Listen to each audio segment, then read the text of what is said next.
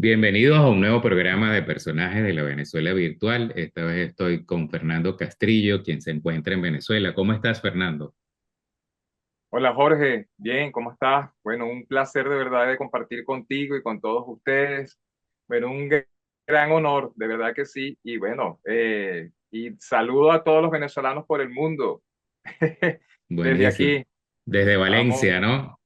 desde Valencia, sí, haciendo arte en resistencia. Mira, bueno, tienes, digamos, he visto que haces arte cinético, que haces murales, que me dijiste que estabas dando clases. Eh, ¿Cómo le va a Fernando en estos días con el arte? Bueno, mira, el tema del arte en Venezuela es bastante álgido, ¿no? Tú sabes la situación país que tenemos. Y sin embargo, bueno, tratando de romper las barreras, ¿no? Entonces, bueno, uno da las clases apoyando a los muchachos, ¿sabes? Participando. No todo se hace por dinero. Entonces, bueno, tratando, tú sabes, de dar conferencias, charlas, exhibiendo.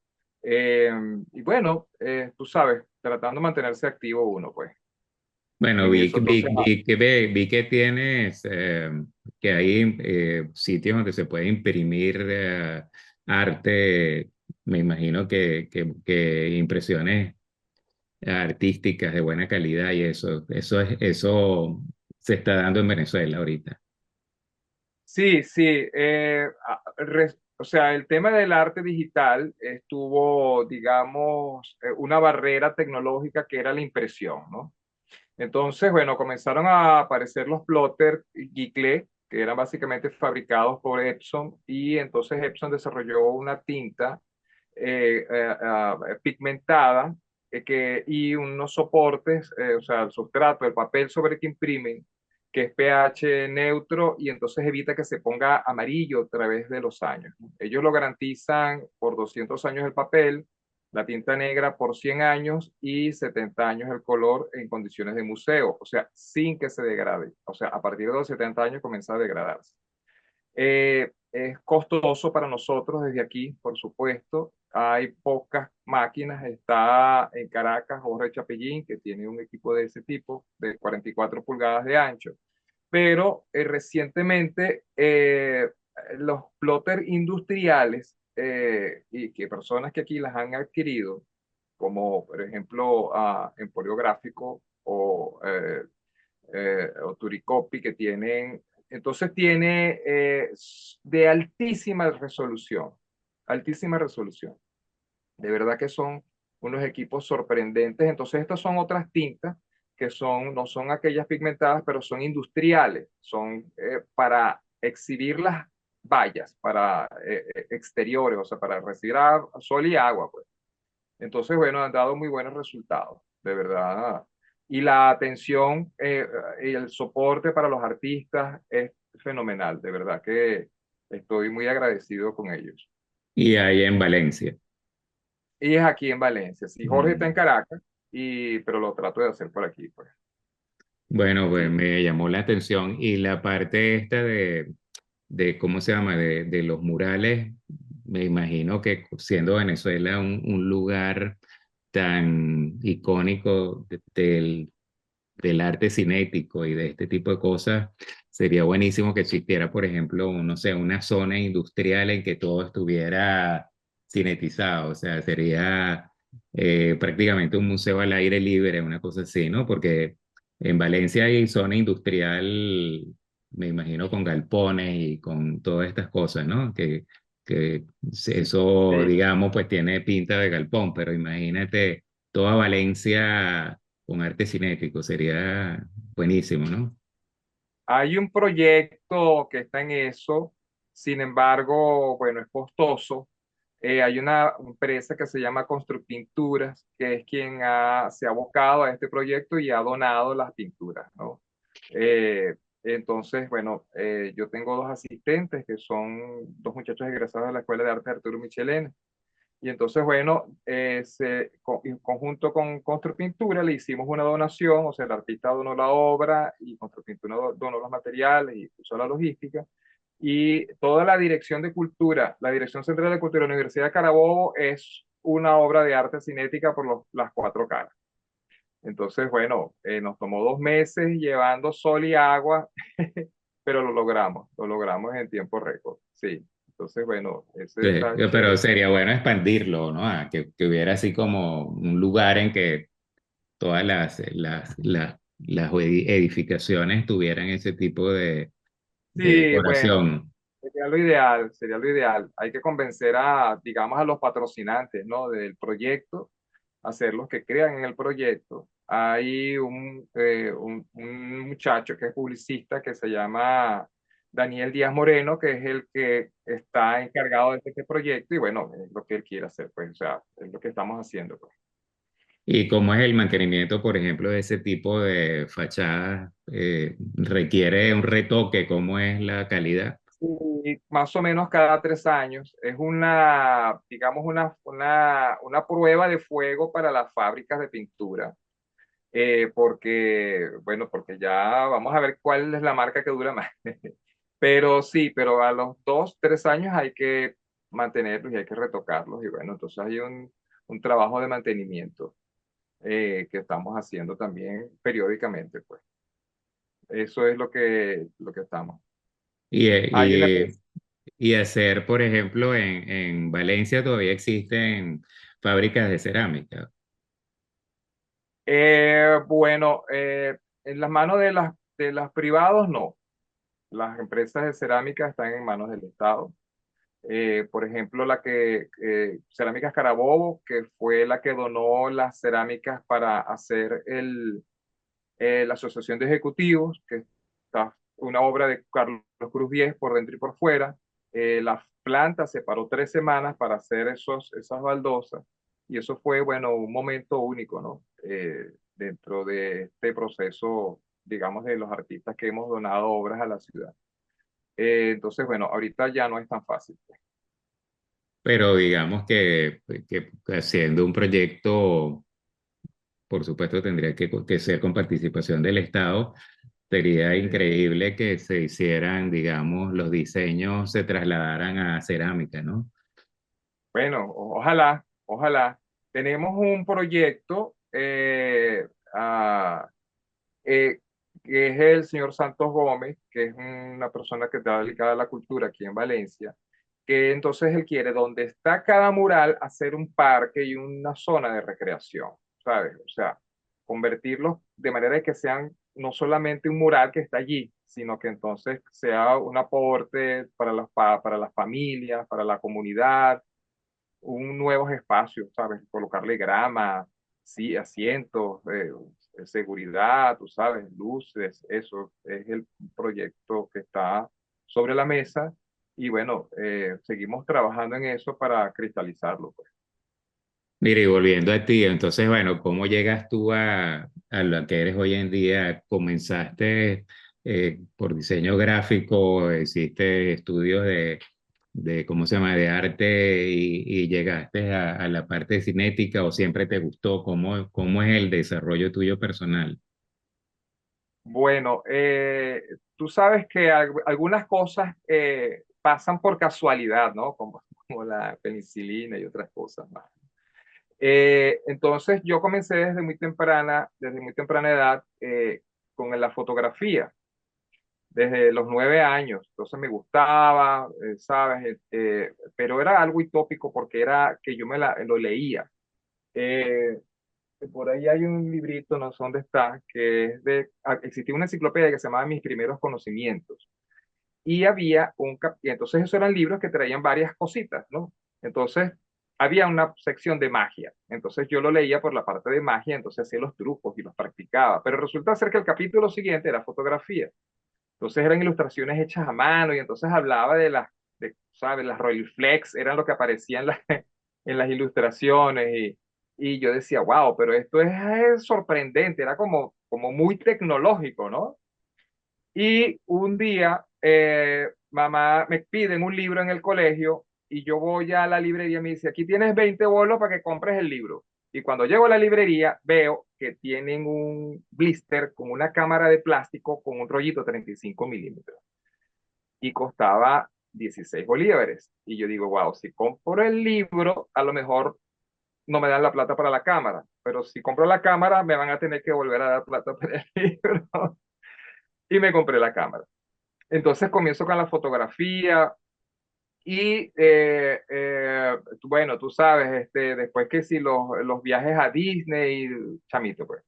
Cuando regreso allá para acá, entonces, bueno, les gustó, a mis padres les gustó mucho las fotos que hice, porque, bueno, ya había leído, pues, era, autodidacta hasta ese momento. Y a los 11 años, entonces me regalan un equipo completo de fotografía, una mamilla con todos los lentes, los filtros, el laboratorio blanco y negro, el proyector de diapositivas, todo. Bueno, en esa época había con qué, ¿no?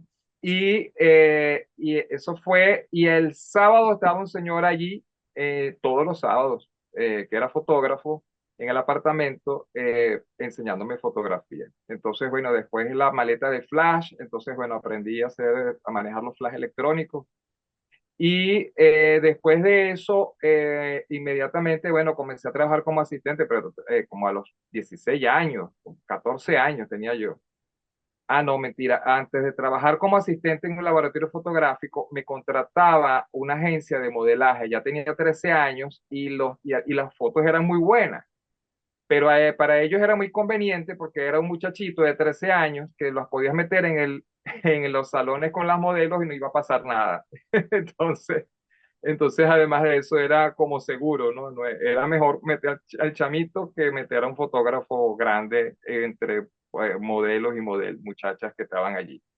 Después de eso, entonces, bueno, esas fotos las usaba la agencia de modelaje para publicarlas en el periódico El Carabobeño, que era en ese momento la prensa icónica de la ciudad. Y entonces salían las fotos publicadas en El Carabobeño, pero para sus publicidades y sus cosas, ¿no? Entonces, bueno, era chévere para mí a esa edad ver mis fotos publicadas en El Carabobeño. Después de eso, bueno, fue que empecé a trabajar como asistente en laboratorios fotográficos, ahí cuando me fogueé con la parte de la fotografía en blanco y negro. Y bueno, y estando en esa, y bueno, y después que sí, lo del color y todo el tema de la fotografía, ¿no? Pero un día estoy viendo Venezolana de Televisión en blanco y negro, el canal 5 no era Venezolana de Televisión, era el canal 5 un canal cultural que había. Aquí había, era esos cuatro canales, creo que era Radio Caracas, Venevisión, BTV y el otro que no me acuerdo cómo era que se llamaba, ese que es el que se llama. Y hablan sobre holografía. Y yo Mm. veo la holografía, que era imágenes en tercera dimensión con rayos láser, y yo lo vi como una extensión de lo que yo tenía que hacer como fotógrafo.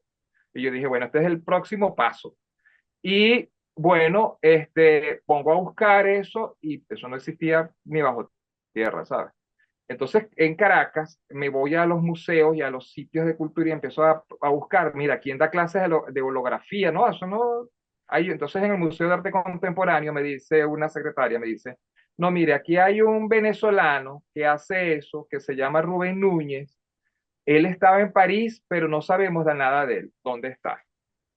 Y bueno, sigo buscando, el señor, pues claro, en esa época no había internet y era muy difícil, ¿no? Y entonces un día reunido con varios amigos, estudiantes de arte, yo le digo, mira, yo quiero hacer esto. Y entonces una de las muchachas que estaba allí, que no era tan muchacha, y le digo, y un artista venezolano que se llama Rubén Núñez y quiero localizarlo, no sé dónde está. Y la muchacha me dice, ah, pero es que él es mi compadre, él es el padrino de mis hijos.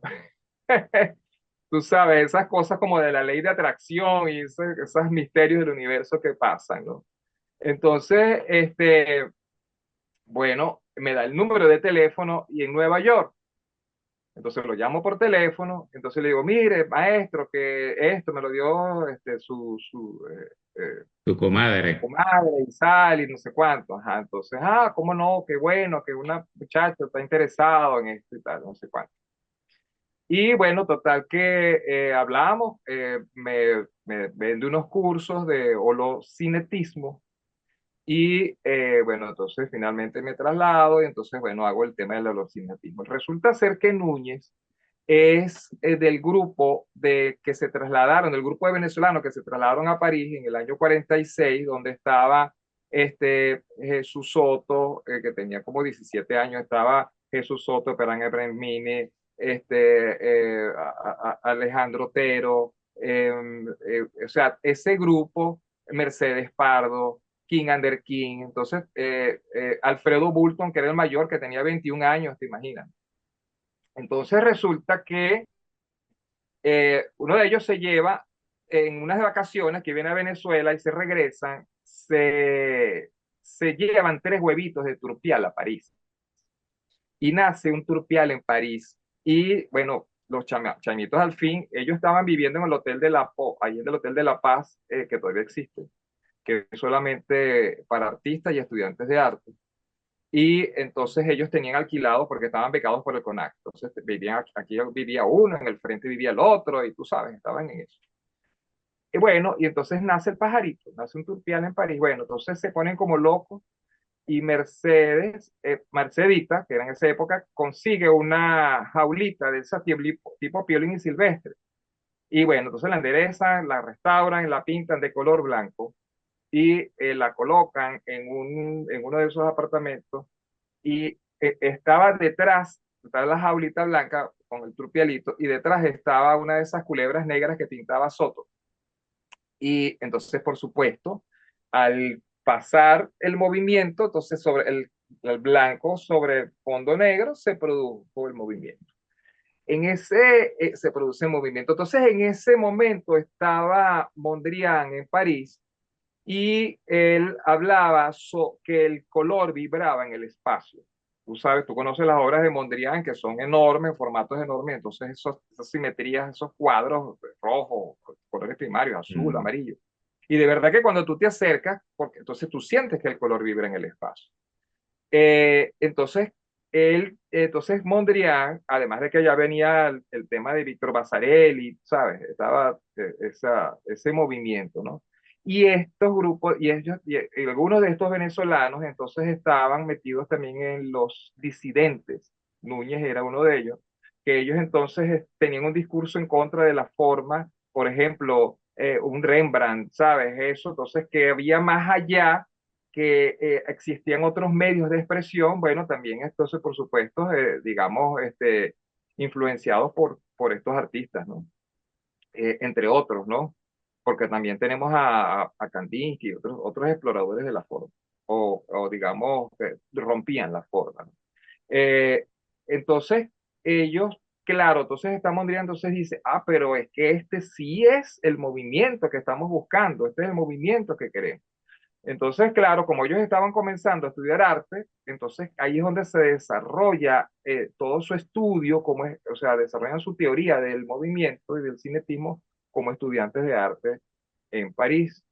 Después, claro, en el 55 llega Cruz 10 y bueno, se compincha con sus paisanos venezolanos y bueno, ya todo lo demás es historia, ¿no? Que todos lo conocemos. Sí, Entonces, bueno, increíble. Míralo, te voy a mostrar una cosa. A ver si se ve. sí. ¿Lo ves? Ah, imagínate, tienes. Oye, qué bueno, vale. Qué bueno, De Merceditas. qué chévere, qué bien. Sí, entonces entonces, claro, ahí es donde viene mi influencia, ¿no? Radical. Entonces, ya el discurso desde un principio era, bueno, la ruptura de la forma, el movimiento, el color, la vibración del color en el espacio. Y ah, y bueno, y como todos ellos eran amigos, entonces, bueno, yo tuve oportunidad de compartir con algunos de ellos, ¿no? Ahorita el único que queda vivo por allí de esa camada es Juvenal Ravelo, que va a cumplir, creo que 92 años este año. Vamos a ver si se lo celebramos, Dios mediante, de vida y salud. Entonces, pero el discurso es un discurso del color en el espacio, de la vibración. Y entonces eso lleva más allá de lo que es lo tangible, porque el color aditivo se produce en el espacio luz entre la obra y el espectador. Entonces es intangible, es como el momento, entonces, que algunas veces tuvimos esa conversación, el momento de la genialidad. ¿De dónde sale aquella idea? ¿De dónde sale ese destello de luz, sabes? Entonces, ellos decían que ese destello era cuando tú definitivamente estabas comunicado con el universo, con lo intangible. Entonces había una relación entre el color aditivo y el concepto del universo. De ahí entonces es que viene todo el tema del cinetismo y ese tipo de cosas. Mira, bueno, mientras hablaba y yo viendo lo que tienes allá atrás, Ah, y pensando yo que qué efecto tendrá, por ejemplo, tener un cuarto con todo esto en todas las paredes, pues que haya algo tridimensional, pero digamos, desde el punto de vista de que la pared se va a volver tridimensional con este reflejo de la luz en el cuarto, pues. Y cómo, qué efecto tendrá eso en la persona, por ejemplo, en meditación, en este tipo de cosas. Pero tendría que ser una cosa lo suficientemente grande para que el ser humano se sintiera arropado por eso, ¿no? O sea, sí, que bueno, has dado en el clavo porque justamente estoy desarrollando, ese es mi próximo proyecto. Fíjate que como hablar de las conexiones que estamos hablando. Sí, entonces, por supuesto, porque a final de cuentas, como Carlos Cruz Diez, tú sabes que concluye después de toda su investigación en el que el color en sí mismo, que era lo que hablaba Mondrian también, el color en sí mismo. Y de verdad que tú, por ejemplo, te consigues con que llegas y es el color en sí, pues, ¿sabes? Por ejemplo, en uno de los murales que hice allá en la universidad, hay un pasillo larguísimo que tiene, no sé, no sé, muy largo, muchos metros. Y entonces los muchachos pasan por allí porque van al cafetín. Entonces hice un plano de color, un espacio negro, otro plano de color y otro espacio negro para que ellos sintieran digamos, las ventanas, ¿qué pasa?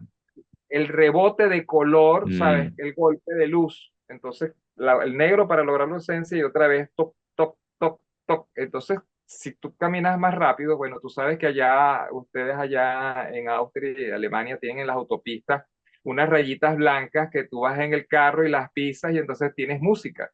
Entonces, bueno, tomando más o menos esa referencia, quise llevarlo al color, pues también. Entonces, más o menos por ahí van las cosas, ¿no? Entonces, sí, voy a esos experimentos, estoy tratando porque el color aditivo, o sea, que sea más, o sea, más allá de la presencia del color, porque quiero que sea aditivo, o sea, si tú te acercas a la pared, tienes digamos, una sensación óptica, pero cuando estás lejos de él, entonces que sean el color aditivo quien te abrume, quien te toque, sea la luz que no existe, el espectro cromático que no está enfrente de ti, sino que simplemente existe mientras esté allí, exista la luz.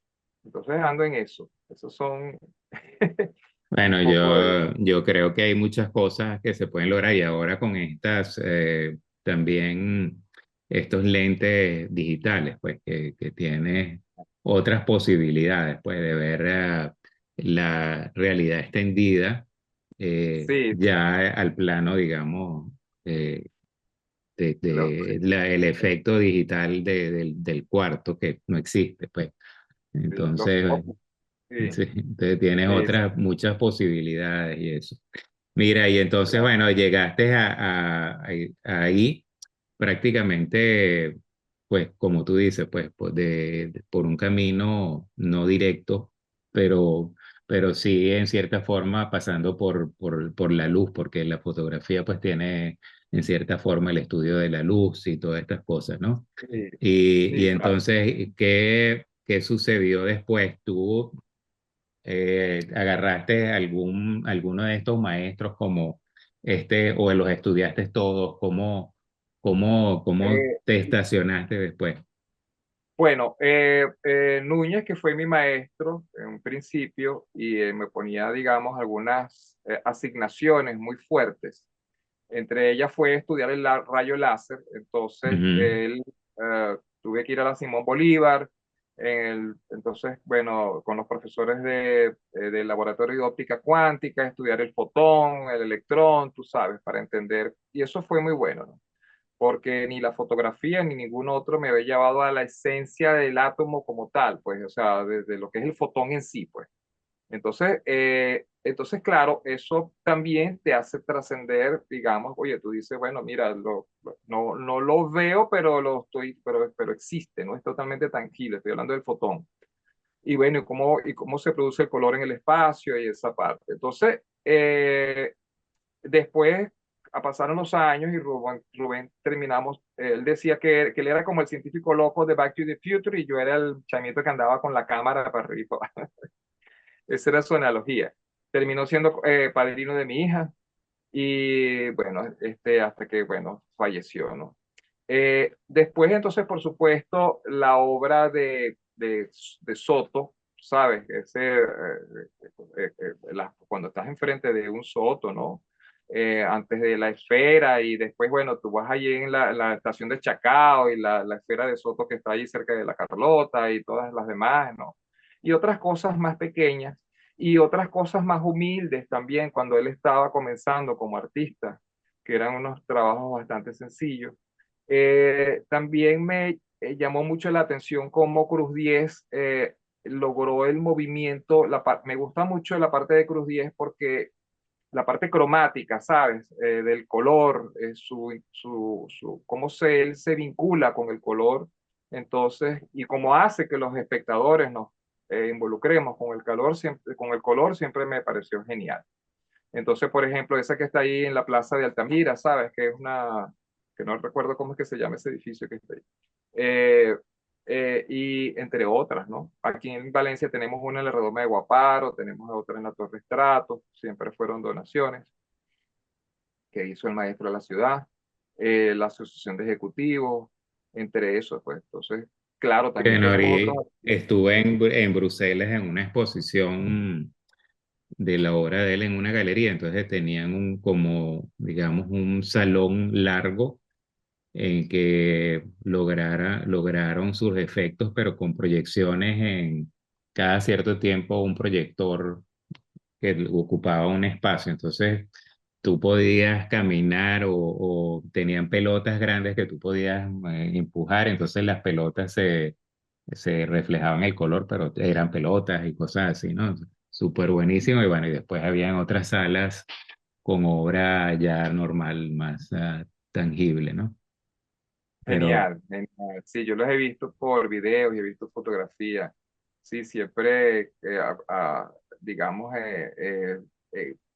adherido a la genialidad. Y el discurso era común, ¿sabes? Tú hablabas, todos ellos tenían el mismo discurso, ¿no? La genialidad, el color, la conexión con el cosmos. Y bueno, yo no me escapé de esa, pues entonces, entonces y el sentido de mi obra es, digamos, otra cosa que tenían ellos es que ellos, a pesar de que estuvieron en la mayor parte de su vida en París o en otros países, entonces nunca se alejaron del sentimiento venezolano.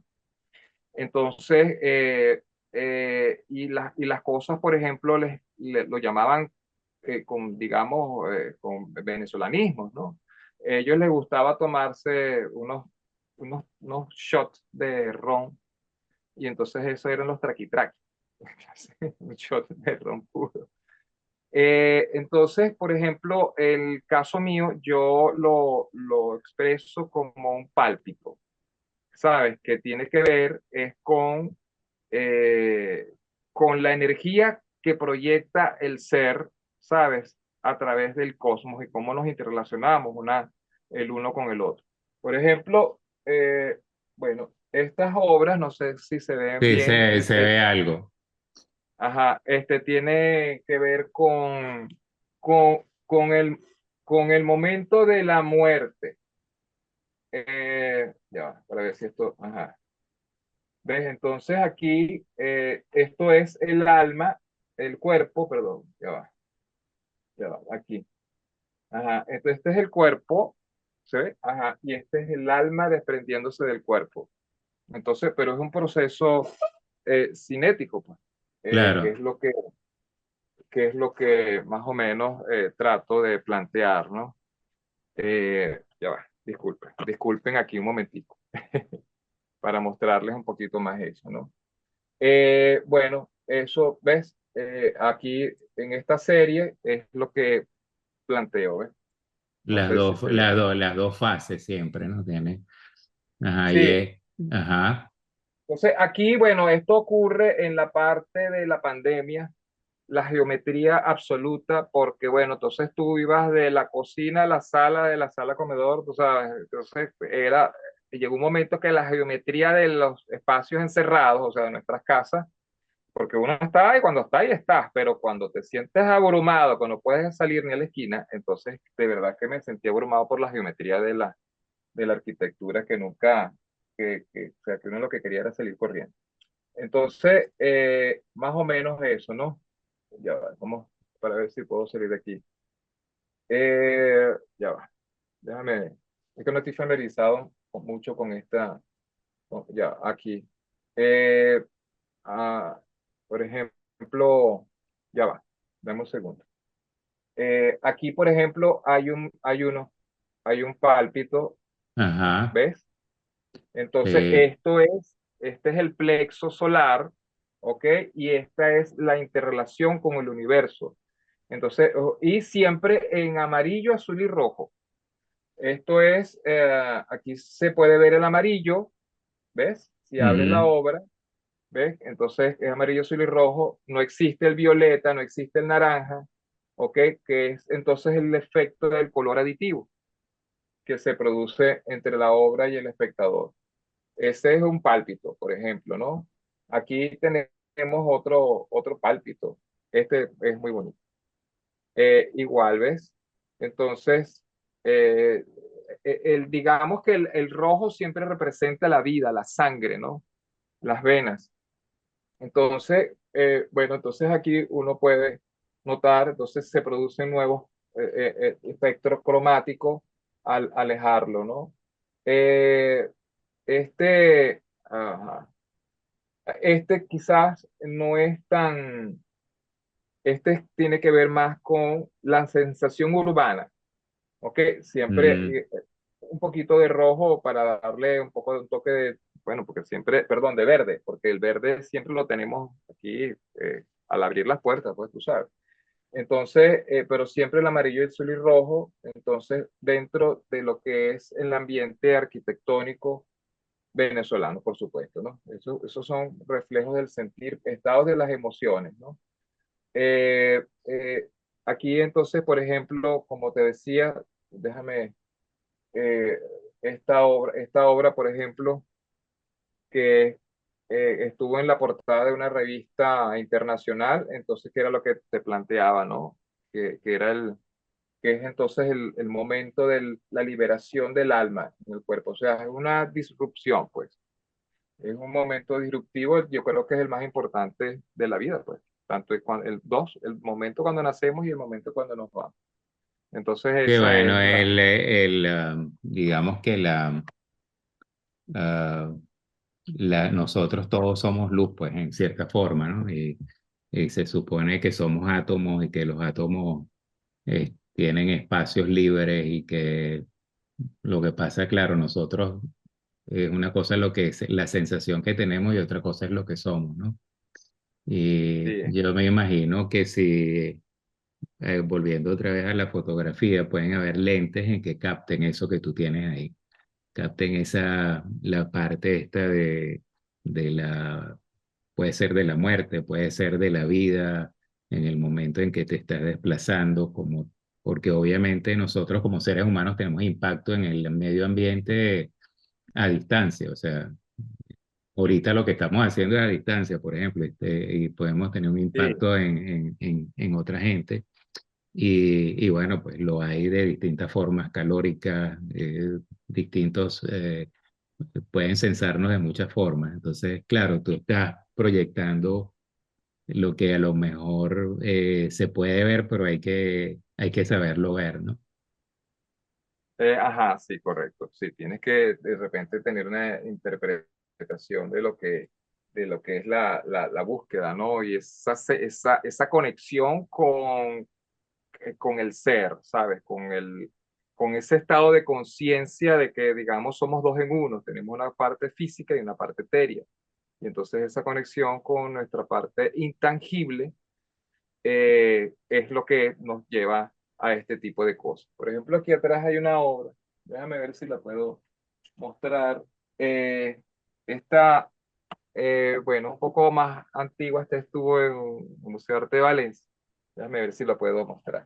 Sí, Entonces, aquí, tiene un efecto Basarelli, algo así, ¿no? ajá, sí, sí, entonces, bueno, también los venezolanos, pero fíjate que hay es o sea, el centro está rompiendo una estructura rígida y sólida, y entonces hay un proceso de transformación activo, ¿no? Estos son círculos y estos son cuadrados, ¿ok? Y entonces, bueno, hay un choque de formas, tanto, o sea, que son totalmente contrarias, porque una es el círculo, ¿verdad?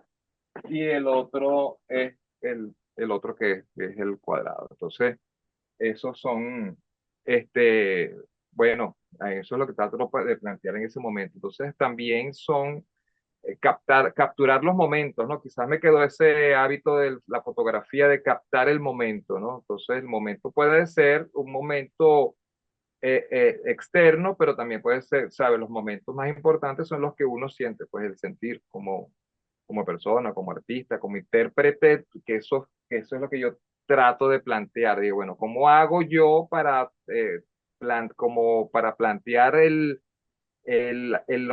un pálpito, una sensación del alma a través del cinetismo? Y entonces es allí, entonces, bueno, donde se produce, por ejemplo, este efecto. Que, ajá, que como te estaba diciendo, a ver, que era, vamos a ponerlo otra vez, que era, daba por aquí. ¿Verdad? Vamos, eh, ahí está. Ajá. Sí, Entonces, ¿cómo es este, por ejemplo, no? Entonces, qué es ese momento, ¿no? Cuando tú tienes una emoción, cuando, ¿sabes? Tú sientes eso, ese sentimiento. Entonces, sí, bueno, eso es lo que trato. un efecto radial al espacio, pues, digámoslo así, de Sí, bueno, una así lo energía, siento yo, pues. energía concentrada y Ajá. Se sí, puede ser que sea lo que sea, ¿no? Lo que tú digas, bueno, me siento feliz o me siento triste o la ira o lo que, pero siempre viene de un impulso primario, ¿no? ¡Pum! Que se siente, tú dices, ah, bueno, sí. o algo, sí.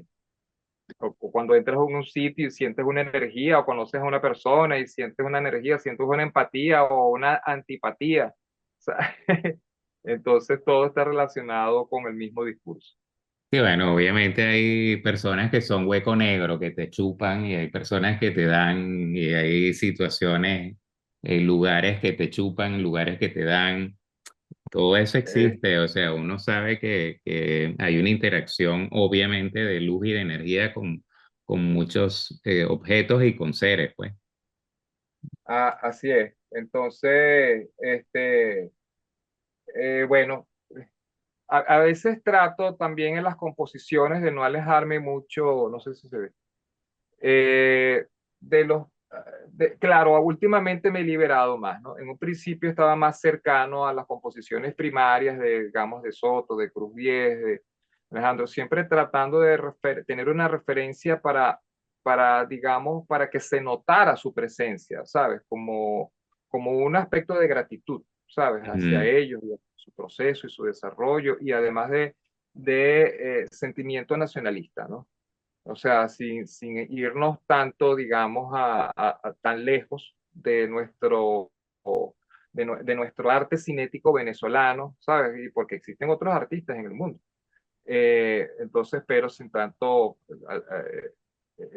¿sabes? Sin tanta referencia externa, sino más bien de lo que ellos, entonces, bueno, así continúa, pues hay una continuidad que es como, por ejemplo, como digamos, composición central que la usó mucho Cruz Diez. Y bueno, entonces yo lo que hice fue digamos, una interpretación digital de ese movimiento, ¿no?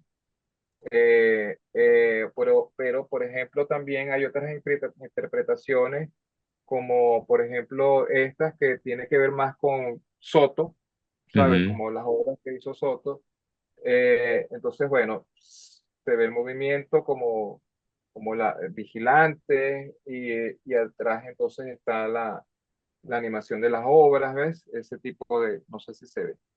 Entonces, también haciendo referencia a cada uno de ellos, pues. Entonces, claro,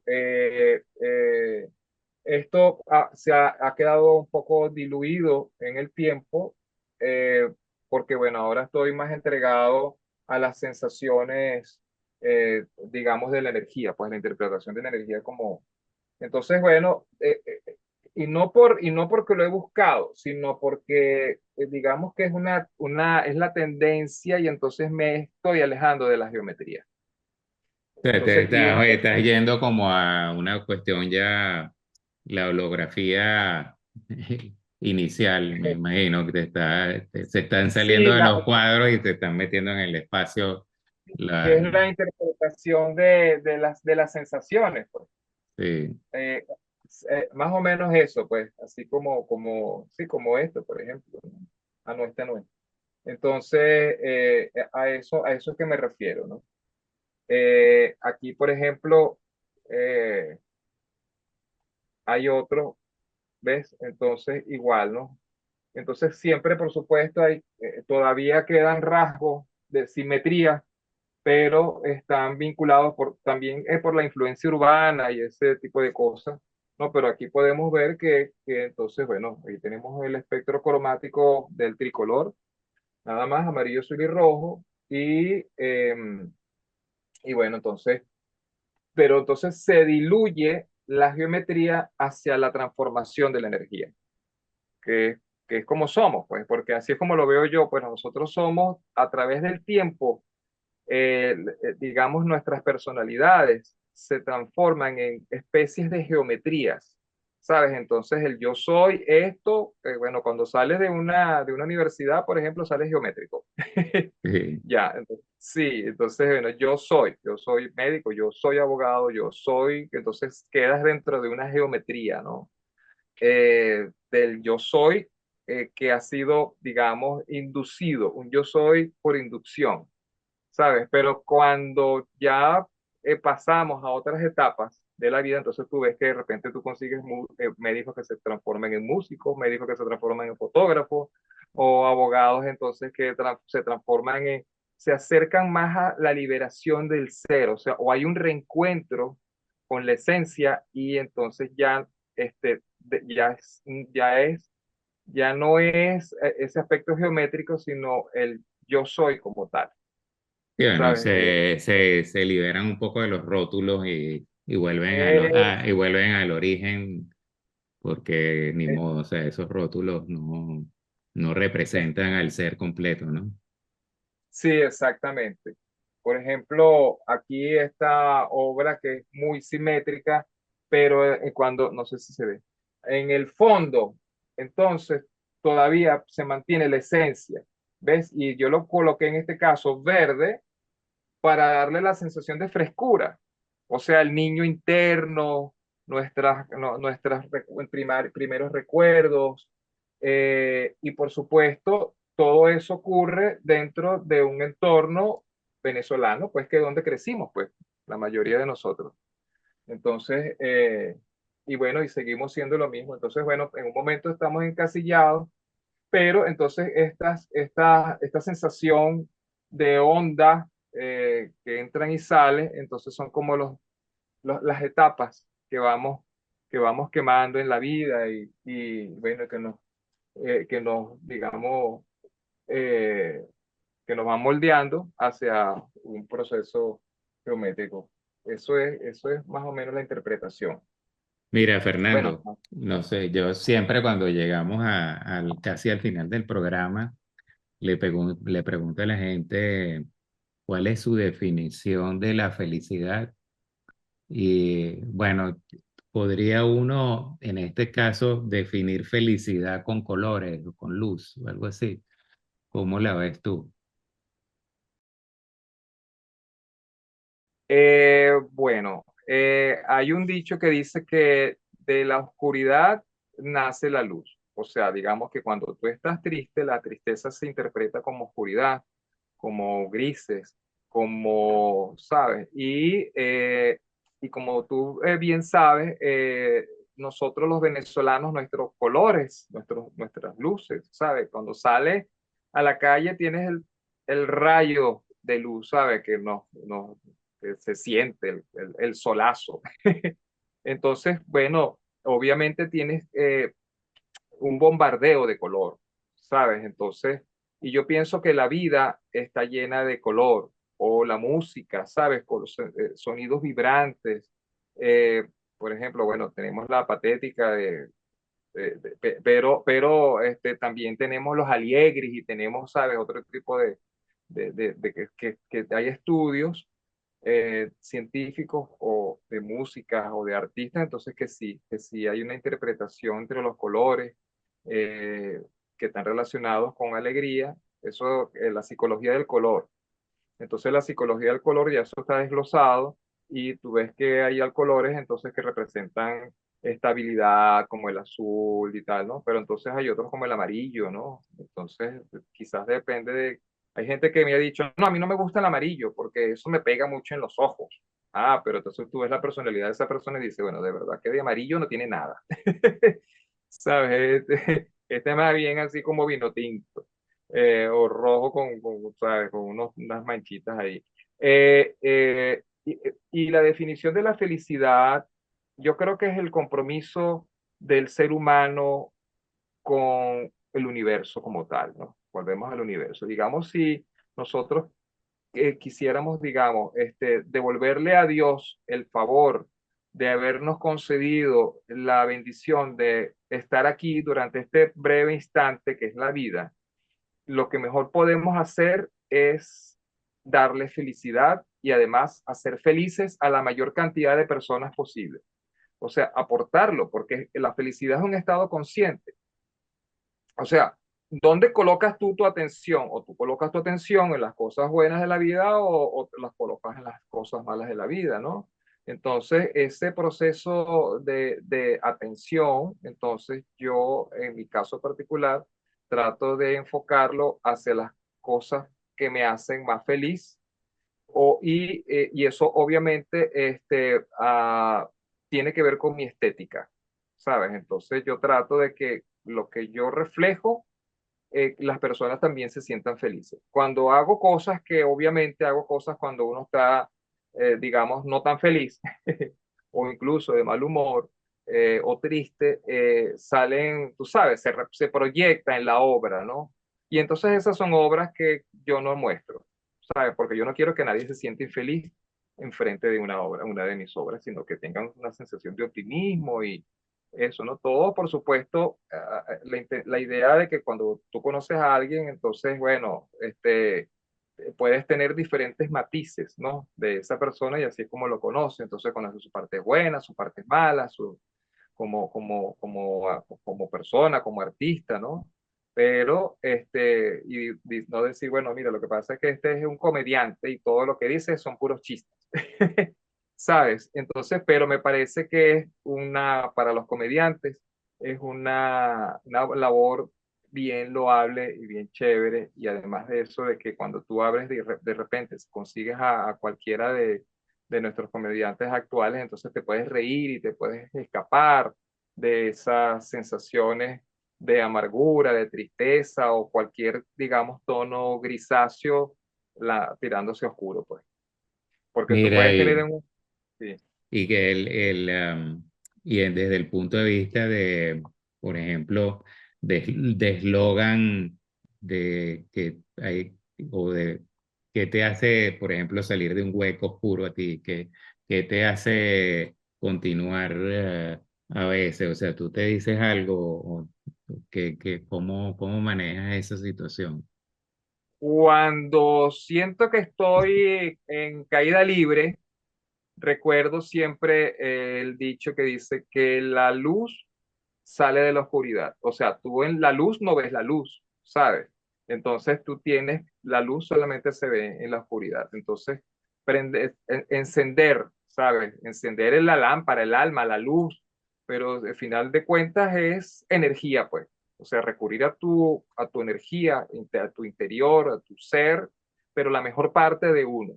Y agarrar esa esencia, lo mejor de nuestra esencia, porque nuestra esencia tiene de todo un poco, pero solamente recurrir a lo mejor de nosotros y entonces y tratar de proyectarlo, por supuesto, dentro de nosotros mismos, porque estamos hablando de un proceso íntimo, ¿no? En ese momento, y entonces, bueno, eso es un proceso de retroalimentación. ¿Y Entonces, crees haber visto el aura en esa foto en que apareces así como reflejando luz por los ojos, eso, y tienes algo así? ¿Tú crees que tienes aura, que te has visto el aura en algún momento? ¿O has visto a alguien? bueno, sí, yo trato, desde chamo siempre he estado muy cerca de ese tema de que si la fotografía Kirlian y no sé cuánto, o sea, que estábamos hablando hace rato, entonces, bueno, los infrarrojos y todas esas cosas. Entonces, hay unas técnicas, ¿sabes? Que cuando tú ves a alguien y tú puedes ver el aura, ¿no? Que si el fondo blanco, ese tipo de cosas. Eh, pero más que verlo, se siente, ¿sabes? Ujú. Tú a través del tiempo, es como cuando tú manejas un carro sincrónico, al principio casi te estrellas porque tienes que ver la palanca de velocidad, de cuál es dónde que queda la segunda y dónde que queda la otra. Pero llega un momento que lo haces en automático y eso también sucede con la experiencia y tú sabes cuando estás enfrente de alguien más o menos de qué color está vibrando, digamos, por Mira, decirlo de y otra pregunta para terminar. ¿El amor es psicodélico? ¿Tú ves otros colores cuando estás enamorado? ¿Ves eh, burbujitas en tu eh, mente o no? Eh, bueno, es la sublimidad del amor, que hay distintos amores, por supuesto, ¿no? Por ejemplo, el amor de los hijos, que es el amor más puro que uno siente o sea, en la reciprocidad de aquí para allá, de allá para acá. Entonces, realmente es como la luz misma, ¿sabes? O sea, sin color, sino va más allá de todo, de toda interpretación cromática, y digamos que la luz, o sea, la luz blanca es la mezcla de todos los colores. Y entonces allí entonces se mezclan todos los matices y entonces queda, digamos, como a la luz del sol, pues. Así como esas ventanas que tienes allá atrás, que se ve clarito, blanquito. Sí. Odio, Sí, odio, odio las cortinas. Mira, Fernando, bueno, te mando un abrazo. bueno, Encantado Jorge, de esta encantado. charla. Realmente me gustó mucho saber de lo que haces y ver lo que haces. Y bueno, espero que Gracias. las personas que vean el programa pues se interesen por tu obra, por el tema, que es muy bueno, Chévere. que expanda su conocimiento para que nos volvamos cada vez más cultos y sepamos más Listo. por ejemplo, esto es importante porque es parte de, diría yo, de la cultura venezolana, que sepamos Sí, pues, cada vez más de estas formas de expresión, ¿no? así es. Y hay que explicarles que es un pálpito a los que no sepan. Sí, así es, me tengo un pálpito. Sí. Mira, bueno, un abrazote y bueno, todo lo mejor. Vale, Jorge, igualmente. Saludos a todos. Bendiciones infinitas. Gracias.